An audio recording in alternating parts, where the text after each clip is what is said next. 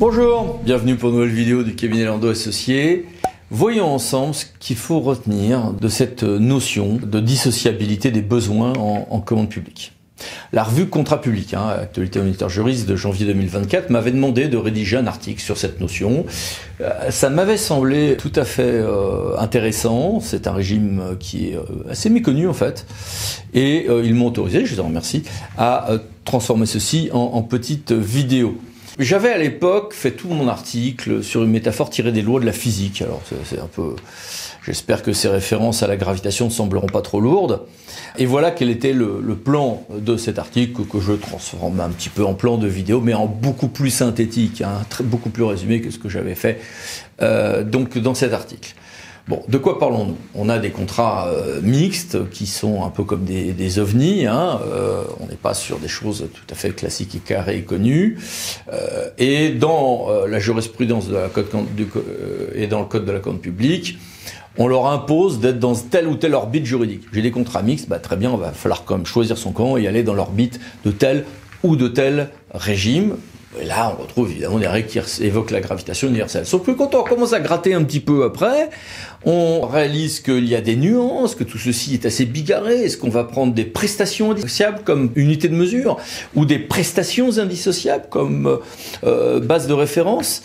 Et à la fin, on se rend compte que on a du mal à systématiser tout ceci avec des aspects qui évoquent un tout petit peu la physique quantique ou la matière noire, si on tire un petit peu ceci de manière capillotractée.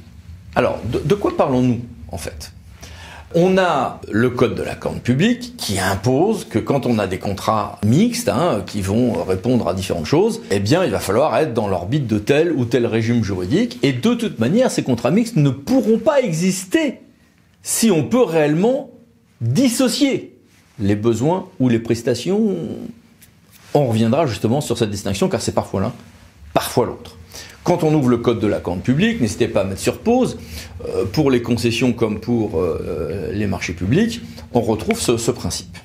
Dans les deux cas, il s'agit donc de faire prévaloir le caractère attractif des règles de la commande publique, notamment pour des contrats qui n'y relèveraient pas. J'ai un contrat qui va, je sais pas moi, pour partie être une occupation domaniale, oui très bien, mais enfin c'est pas pour autant que c'est pas un marché public, et donc c'est bien une attractivité anti-argumentaire juridique de farce et attrape. Je m'explique. Les vieux comme moi qui ont connu les débats des années 80 et 90, on a connu les époques où des gens nous disaient que les marchés d'entreprise de travaux publics étaient des contrats qui échappaient aux règles de la commande publique, tout simplement parce que c'était créatif. J'ai même une consoeur universitaire qui avait dit que c'était parce que c'était de l'ingénierie juridique. La portée intellectuelle du raisonnement est frappante. Alors, non. En l'occurrence, c'était des marchés publics, et d'ailleurs avec des clauses du coup financières qui étaient illégales. Point, c'est tout. C'est des tas départements de l'ordre. On a des personnes qui très longtemps ont dit que les marchés de publicité sur voirie, parce que c'était de l'occupation domaniale, composante, c'était un contrat mixte, du coup ça échappait à la commande publique. Non. Non. Et là, on dit non, mais c'est moi, entreprise, qui vous donne des sous. Non, il y a un abandon de recettes publicitaires. Ensuite, il y a un versement d'une redevance d'une part et d'un intéressement d'autre part. Mais ça va être un marché public ou éventuellement une DSP, se demandait-on. Non, c'est bien un marché public. Mais par exemple, dans le cas de la même chose pour la presse municipale, ça sera un marché public et parfois, inversement, une DSP dans des cas assez rares d'ailleurs. Si on a ce genre de montage. Point, voilà, Conseil d'État, Assemblée, 4 novembre 2005 par exemple. J'ai connu des entreprises qui ont dit que des bancs publics échappaient aux règles de la commande publique, pas seulement pour des raisons de brevet, mais tout simplement parce que c'était l'occupation domaniale. Non, évidemment que non. Ou des panneaux d'information historiques sur voirie, ça échappait à la commande publique. Non, ça échappait pas à la commande publique. Donc le code s'est fait plus précis pour couper court à de telles billevesées et dire que non, quand j'ai des contrats mixtes, je vais les rattacher à tel ou tel cadre juridique. D'une part, et d'autre part, ces contrats mixtes ne seront légaux que si les besoins ou prestations, on l'a dit tout à l'heure, et on va le développer tout à l'heure, surtout, sont indissociables. Sinon, on se retrouve, mais cette fois-ci, devant le juge administratif dans le meilleur des cas, et devant le juge pénal dans un certain nombre de cas. Et d'ailleurs, il suffit de lire certaines dispositions du Code de la commande publique pour se convaincre de l'inanité de ces manœuvres d'évitement des règles de la commande publique. Le choix de conclure un contrat destiné à satisfaire des besoins ne relevant qu'en partie du présent code ou relevant de plusieurs de ses parties ne peut avoir pour but de soustraire aux règles de la commande publique, donc de publicité, de concurrence de ce code. Point, c'est simple. Et il continue à se trouver aujourd'hui en 2024 des petits malins qui nous inventent des prestations qui échappent au code de la commande publique. Non, les règles de la gravité sont ce qu'elles sont. Les corps bizarres, mixtes, vont être attirés soit par la commande publique côté marché public, soit côté concession, ou autre régime juridique, et ils ne pourront être mixtes, composites, que si réellement ils forment un ensemble indissociable. Sinon, c'est comme dans la physique spatiale, ça explose. Mais ces attractions sont à géométrie variable. Parce que pour l'instant, on était sur des choses simples. Oui, sauf que du coup, on va être vers la commande publique, marché ou commande DSP. Comment fait-on? Eh bien, lorsqu'un acheteur décide de conclure un contrat unique, alors qu'il y a des prestations objectivement dissociables, eh bien, ce contrat sera soumis au droit des communs des marchés si la valeur estimée hors taxe supérieure aux seuils européens et aux dispositions applicables à son objet principal dans le cas contraire. Donc déjà, on commence à complexifier la chose. Idem pour les autres types de frontières, voire par exemple l'article L1321.2 du Code de la commande publique. Et quand, comme en physique, quand j'ai deux paramètres, on a tous joué avec nos équations, quand on commence à avoir deux inconnus, trois inconnus, ou en physique plusieurs paramètres, plus j'en ai, plus les choses se complexifient, et là c'est pareil. Allez, on va mettre sur pause, et je vous ai mis des tableaux. Si j'ai un contrat unique qui est pour partie ceci, pour partie marché de partenariat, pour partie marché public, pour partie concession, pour partie marché, pour partie... J'ai fait des petits tableaux pour essayer de voir quels sont les critères à prendre en compte, principal et parfois un critère secondaire, régime par régime. Allez, on met sur pause. Premier tableau.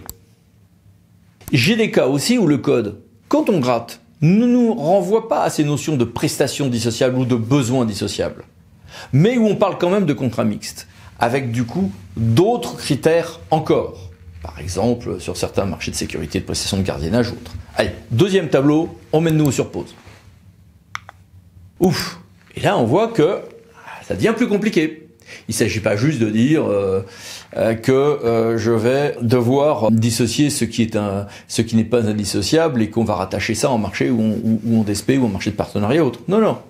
On voit qu'on est sur des critères qui deviennent multiples et pas forcément faciles à distinguer les uns des autres. Ces critères varient avec souvent une sous-division. Est-ce que les besoins ou les prestations sont objectivement dissociables?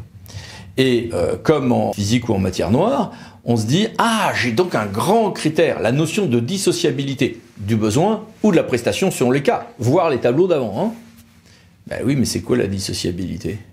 Eh bien, la dissociabilité, on a des sources pour nous dire ce que c'est. Enfin, le moins qu'on puisse dire, c'est que ça sera une appréciation cas par cas qui résiste aujourd'hui à la systématisation. Ce qui est une manière élégante ou prétendument telle de dire que on tâtonne et on fait ce qu'on peut et qu'il faut beaucoup de prudence, sinon on va faire des bêtises. Car au milieu de tout ça, il y a un trou noir définitoire. C'est-à-dire que tout repose sur cette notion de dissociabilité finalement, qui est inconnue, qu'on apprécie au cas par cas. Alors vous allez me dire, mais non, il y a des textes dans le Code de la commande publique, il y a des jurisprudences sur ce point. Oui, il y a des textes qui nous précisent les prestations à dissocier, dans certains cas, d'autres les besoins à dissocier, dans certains cas, c'est les tableaux de tout à l'heure. J'ai essayé de resynthétiser tout ceci dans ce troisième tableau que voici. Mais quand on va regarder précisément de quoi nous parlons sur la dissociabilité, là, on glisse vers l'inconnu. On glisse vers l'appréciation au cas par cas qui résiste à la définition précise. Alors on a une directive, mais enfin qui nous dit que ça va être au cas par cas. Les intentions exprimées ne sauraient suffire, il faut que ça soit corroboré par des éléments de preuve objectifs. Oui, mais preuve de quoi? Quels critères? Au minimum, quels éléments? Quels indices? On a corroboré par des éléments de preuve objectifs de nature à le justifier, établir la nécessité de conclure un marché unique. Alors la DAJ des ministères économiques et financiers a essayé de nous rappeler tout ceci, de synthétiser la jurisprudence, notamment la Cour de justice de l'Union européenne. Voici ici quelques références. Dans une affaire de 2010, on nous parle également effectivement d'éléments objectifs susceptibles de justifier, de fonder la nécessité de conclure un contrat unique. Si on regarde au cas par cas, par exemple, voici l'analyse, ce qui était le cas dans cette affaire de 2010, on a une analyse fouillée, une concreto du juge.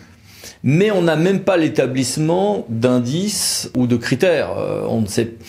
On n'a même pas les éléments de ce que serait un nuage de points ou une liste d'indices à prendre en compte, comme on l'a souvent dans beaucoup d'autres régimes.